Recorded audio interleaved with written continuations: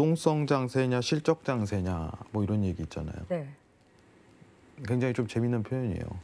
유동성 장세냐 실적 장세냐. 여러분 지금 실적 장세가 아닙니다. 정확하게 표현을 할게요.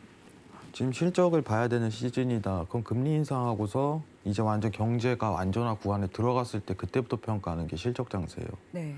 지금 유동화가 아직 빠지지도 않았다는 근거가 실질 금리가 마이너스 구간이기 때문에 아직 유동성 장세에 해당이 되는 겁니다. 정확하게. 뭐 지금 갈아타는 시기다라고 얘기를 하지만 지금 여러분들이 코스피라든가 나스닥 그리고 S&P 거시적인 이제 어떤 포인트를 보기 위해서는 유동성 장세라는 베이스를 깔고 가야 돼요. 베이스를.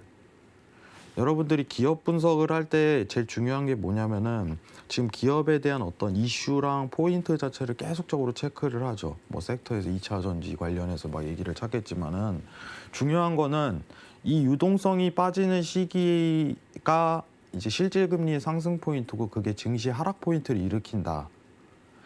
이게 시장에 영향 요소 더 끼치는 거예요. 지금은 아직까지는 올해까지는 내년 초까지는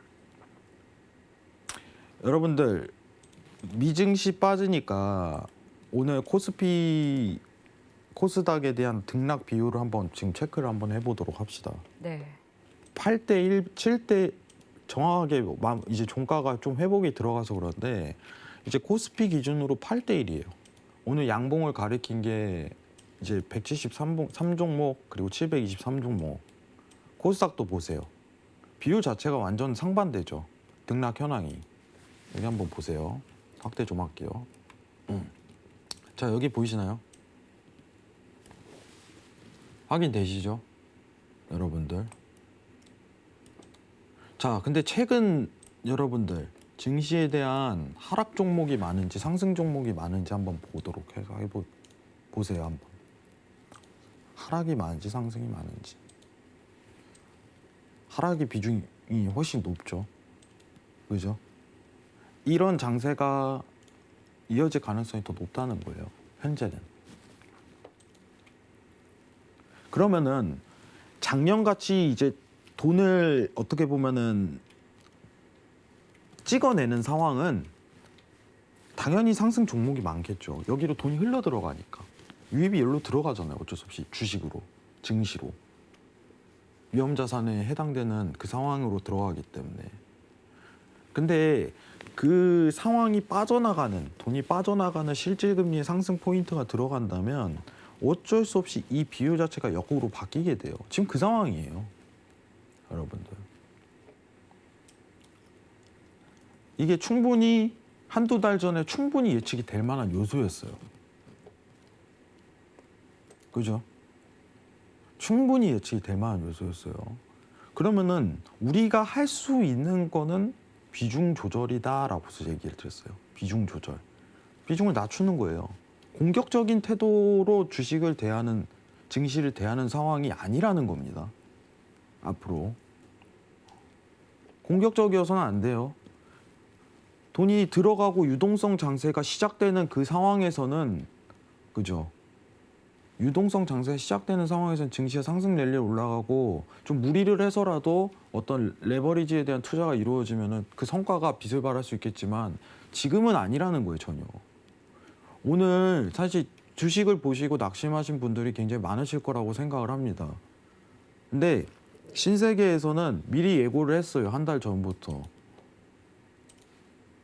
왜냐하면은 여러분들이 이걸 시청하는 이유는 정확한 객관적인 평가를 보기 위해서잖아요. 그죠? 안 좋으면 안 좋다고 저는 얘기를 합니다. 앞으로.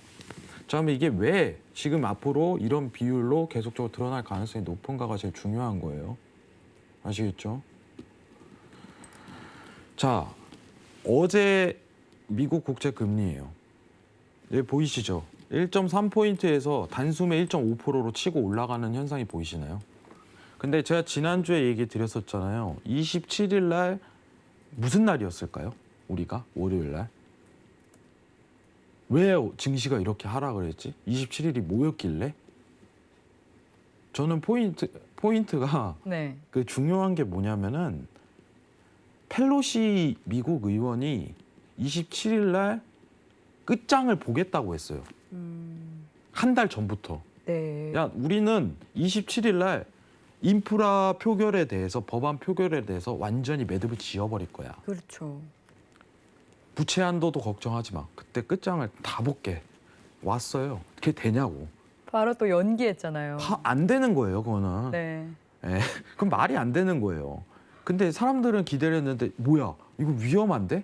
근데 어제 옐런이 이제 한마디로 탁 터뜨린 거죠. 디폴트라는 표현을 했어요. 디폴트. 이거 진짜 위험하다. 너네 네. 좀 진짜 합의해라 하고 독촉하는 거예요. 야, 이거 진짜 위험한 거야. 어떤 표현이라는 얘기를 하냐면은 이 디폴트 부채라는 표현을 하는데 지금 여러분들 미국이요. 재밌는 표현 할게요. 부채가 얼마일 것 같아요? 여러분들. 거의 3경에 달한다고 하더라고요. 경단입니다. 경단. 네. 3경입니다. 저는 가늠이 안 가는 수준이고. 28조 달러 정도 되는데 네. 경단이 3경. 근데 이게 위험 레벨링이냐라고 평가를 했을 때는 네.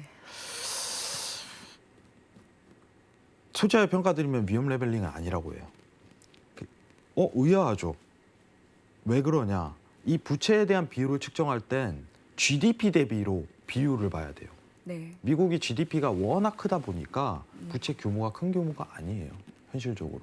다만 미국이 앞으로 이러한 상황으로 전개됐을 땐 이제 중국과의 패권 싸움에서 밀릴 가능성이 굉장히 높아져요. 시장에서 경쟁력을 계속 잇는 구조로 가는 거예요. 네. 앞으로 미국 입장에서. 이런 상황은 전개될 수 있어요. 근데 이 디폴트에 대한 위험성이 펼쳐지기 때문에 이제 시장에서 국채를 던지기 시작을 해요. 왜냐? 야, 미국 위험한데? 국채 던지는 거예요. 미국에 있는 국가 채권을요 팔아버려요. 위험하니까. 왜냐? 가격이 계속 떨어질 수밖에 없거든요. 그러니까 국채 금리가 갑작스럽게 급등이 나오는 겁니다. 네. 상황이. 불안하니까 그죠. 네. 자, 여러분 이게 하이라이트예요. 지금 이게 실질금리라고 제가 얘기를 드렸죠. 결국에는 제가 계속적으로 강조했던 건 이게 오르면은 증시가 떨어지는데 지금은 이게 오를 요소밖에 없다고 표현을 했었어요. 이 빨간 선이. 이게 빨간 선이 미국 국채 금리입니다, 여러분들. 이게 올라가니까 증시가 떨어지기 시작하는 거예요, 상황이. 그죠? 자, 물가에 대한 표현은요. 여기서 이제 어떻게 보면은 계속 고정으로 들어갈 가능성이 굉장히 높은 단가인데 국채는 금리를 계속적으로 올릴 수밖에 없는 상황이에요. 왜냐? 지금 인프라 법안 합의도 있겠지만 디폴트에 대한 위험성이 가중되면 가중될수록 시장에서는 국채를 던진단 말이죠. 그러면은 이 폭이 좁아지게 돼요. 이게 실질금리입니다. 그러면은 증시에서 돈이 빠져나오는 현상이 계속적으로 펼쳐지는 거예요. 자, 근데요. 제가 얘기를 할게요. 테이퍼링이 이걸 올리냐? 아니라는 거예요. 네. 테이퍼링이 올리냐? 이거 못 올린다고 얘기했습니다. 여러분들. 그러면은 증시에 대한 요소를 측정을 할 땐 테이퍼링으로 분석을 하게 되면요. 이 포인트가 잘못 가게 돼서 예측을 이끌어내는 상황을 전개를 펼칠 수가 없어요. 저는 과감하게 표현을 하고 싶어요. 테이퍼링 관련해서 증시에 대한 하락 요소를 이끌어낸다면은 그거는 분석을 철저하게 잘못하는 상황이다. 지금은 의회 관련해서 법안이 표결이 일단은 들어갈 가능성이 높아요. 그러면 타임라인을 측정할 줄 알아야 돼요. 언제까지 하락에 대한 요소가 나올 수 있을까라는 표현을 드리고 싶습니다. 언제까지? 자, 화면 좀 내리겠습니다. 네, 한 달 전부터 마스터님께서 계속해서 이 조정에 대비를 해야 한다, 리스크 대비해야 한다 말씀해 주셨고 시장 조정은 이미 이 철수도 영희도 알고 있는 테이퍼링이 아니라 이 금리 상승하는 그 시점을 잘 봐야 한다라고 계속 강조해 주셨었거든요. 근데 말 그대로 지금 전개가 되고 있네요. 철수랑 영희가 알고 있는데 이제 저희 알아야죠. 네, 철수랑 뭐 신세계 리턴즈는 네, 이 테이퍼링에 집중할 게 아니라 이제 금리를 그죠.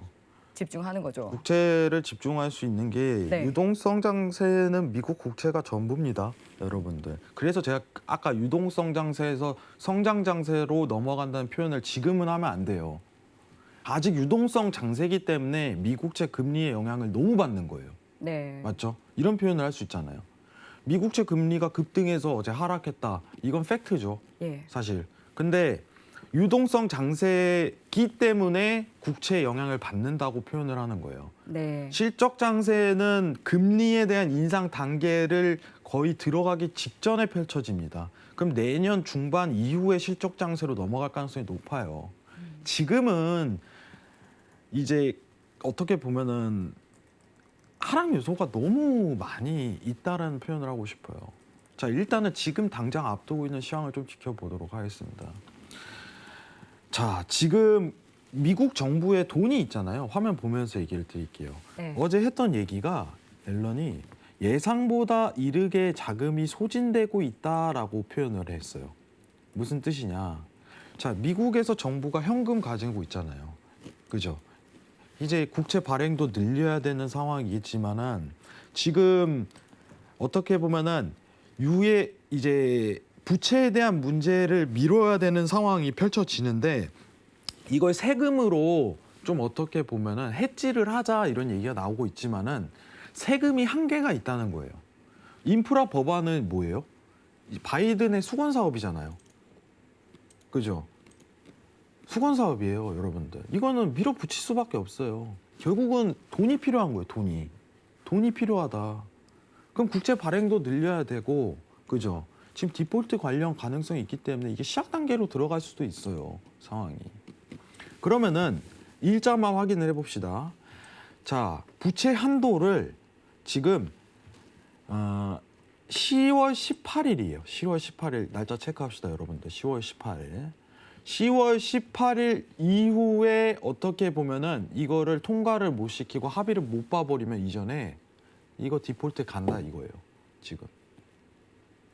그럼 하이라이트는 다음 주예요.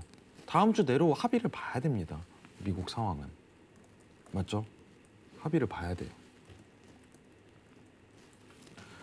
자, 결국은 지금 디폴트를 막게 된다면은 어떤 표현을 하면은 국가 부도 사태가 일어난다라는 표현까지 나와요.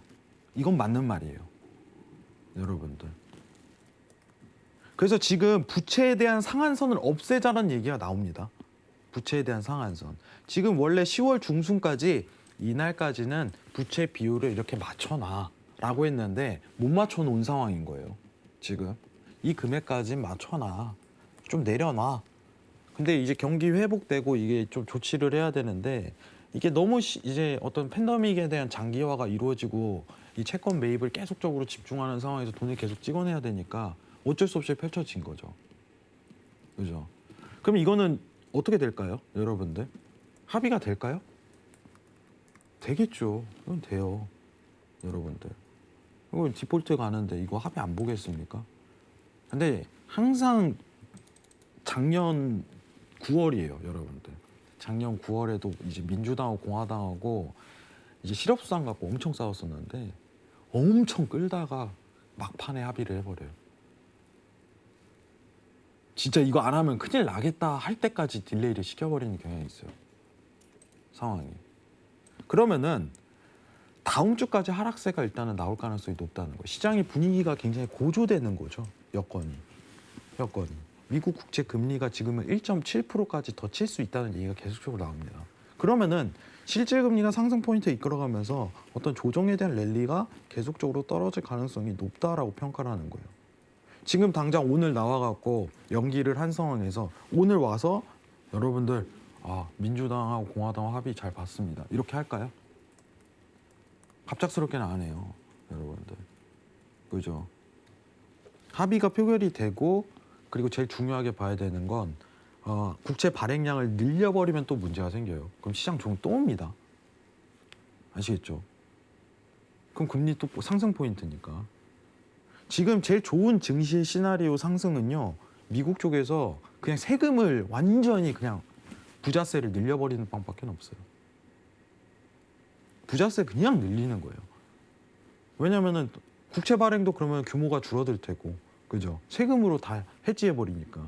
근데 만약에 세금을 늘리면은 공화당의 반발이 심해서 한 방에 안 본다는 거예요.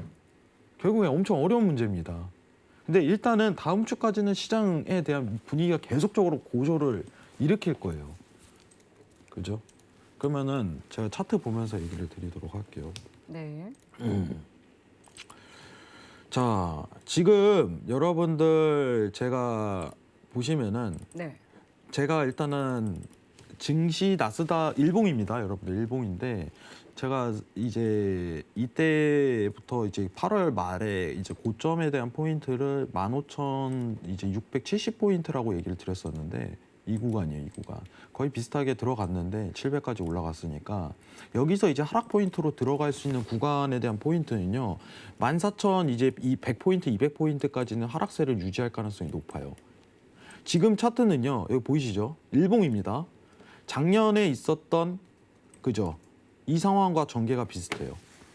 이때 민주당하고 공화당하고 이제 못 가고 싸웠어요. 실업수당으로 엄청 마찰 일으키다가 2개월을 끌어버렸어요. 네가 맞아, 내가 맞아 하면서. 결국 이게 왜 중요하냐면 이 합의점이 시장에 대한 국채 금리에 대한 포인트 전환이 들어가기 때문이에요. 아시겠죠? 그러면은 이 랠리성으로 들어갈 가능성이 있는데 이런 장세에서는 주식장 못 버텨요. 여러분들 못 버팁니다. 그리고 지금 유동성이 이제 어떤 앞으로 시장에 대한 전개가 미국채 금리가 상승할 수밖에 없는 시장 상황이 계속적으로 나오는 거예요. 상승할 수밖에 없는. 상승할 수밖에 없는. 금이요 올릴까요? 금 가격도 오르지 못하죠 앞으로. 금 가격은 좀 더 떨어질 거예요 계속적으로. 달러 오르지, 그죠? 국채 가격 떨어지지. 그러면 매도만 봐야 돼요. 매도만. 여러분들. 그럼 지금 14,100레벨링까지는 충분히 쉽게 도달할 가능성이 높은데 여기서 만약에 국채 발행량으로 국채 금리가 2% 넘어서는 상황까지 전개돼 버린다면 이제 하락 조정 제대로 심화되는 거죠. 증시에서. 근데 이게 빅쇼트냐? 아니라는 겁니다. 올린 거를 보세요. 여기서 여러분들 쉽게 얘기하면 13,000포인트까지 간다고 해도 빅쇼트 절대 아닙니다. 그런 표현 하면 안 돼요. 아시겠죠? 저는 이거 가능성 높다고 생각해요. 보통 이제 채널 링에서 이런 상단 저항을 맞아버리잖아요. 여러분들. 그러면은 일본 기준으로 설명드릴게요.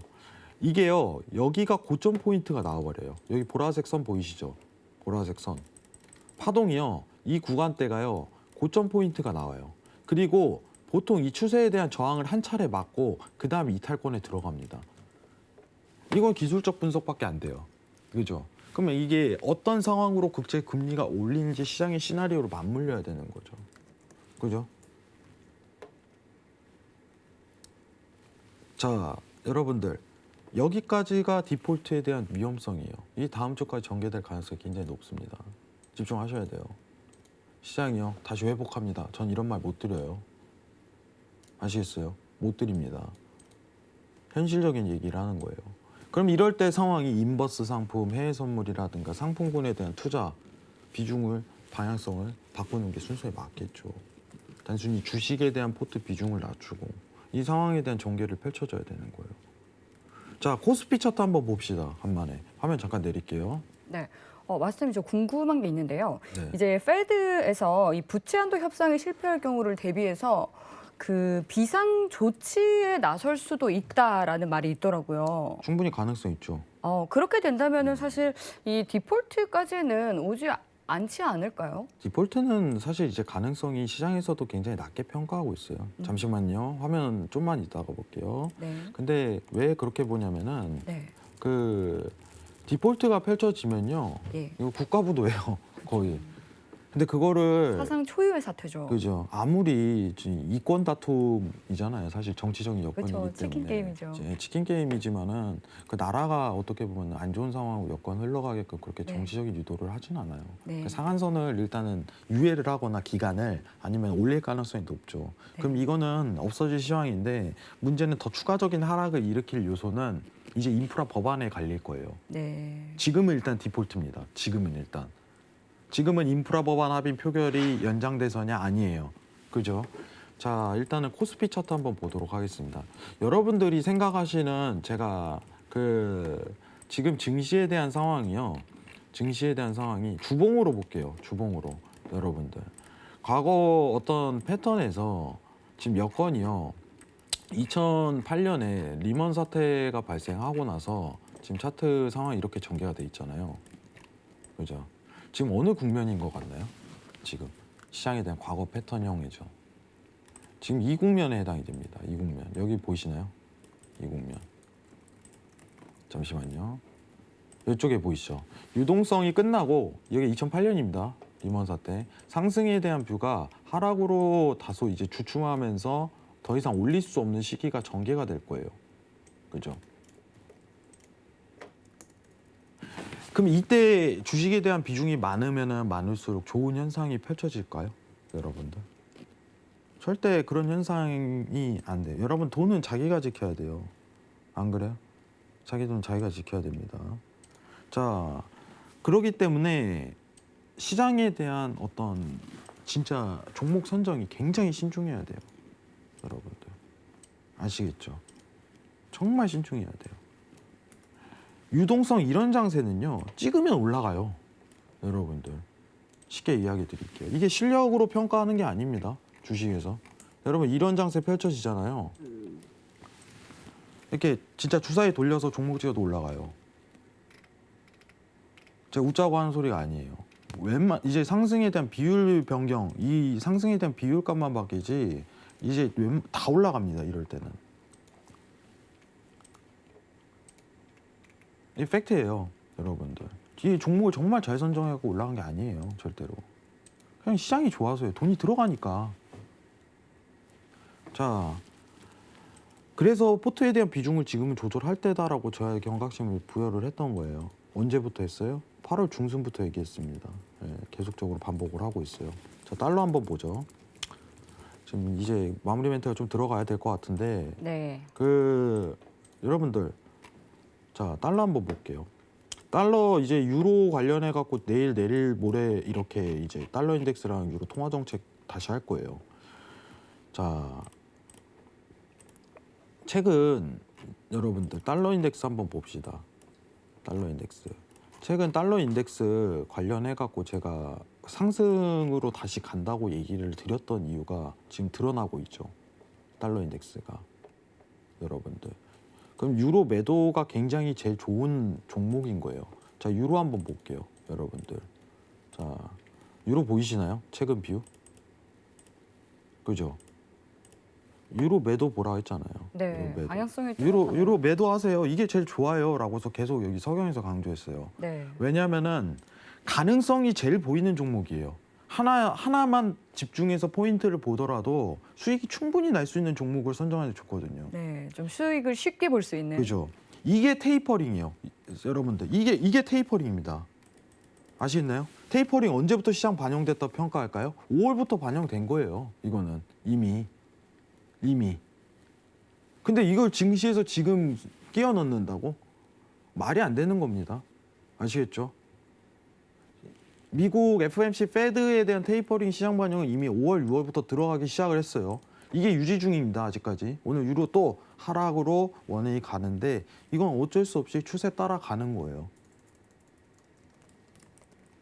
내일 FOMC랑 뭐 이제 계속 의회 펼쳐지는 상황을 전개하겠지만은 내일 달러 인덱스 강의 한번 제대로 할 거고요. 그리고 금요일 날 유로 22 통화 정책 제대로 한번 볼 거예요. 여러분들 내일 모레도 제가 교육이 들어갈 건데 신세계를 통해서 들으시면 절대 후회 안 합니다. 예. 여러분들한테 도움을 드렸으면 드렸지. 그리고 제가 신세계에서 제 어떻게 보면 시장에 대한 전체적인 뷰 평가를 하고 전반적으로 여러분들이 집중해야 될 요소를 보는데 다소 좀 어떻게 보면은 제 표현이 굉장히 주관이 강할 수 있어요. 근데 정확하게 찝을 줄 알아야 돼요. 지금 뭐에 집중을 해야 되지? 코스피가 왜 이렇게 떨어진 거지? 헝다 관련해서 막 나온다? 아, 이거 어떻게 헝다를 끼워넣어요? 그죠? 안 되는 겁니다. 지금 단순히 미 국채 금리에 대한 급등입니다. 영향 엄청나게 받는 거예요. 이상입니다.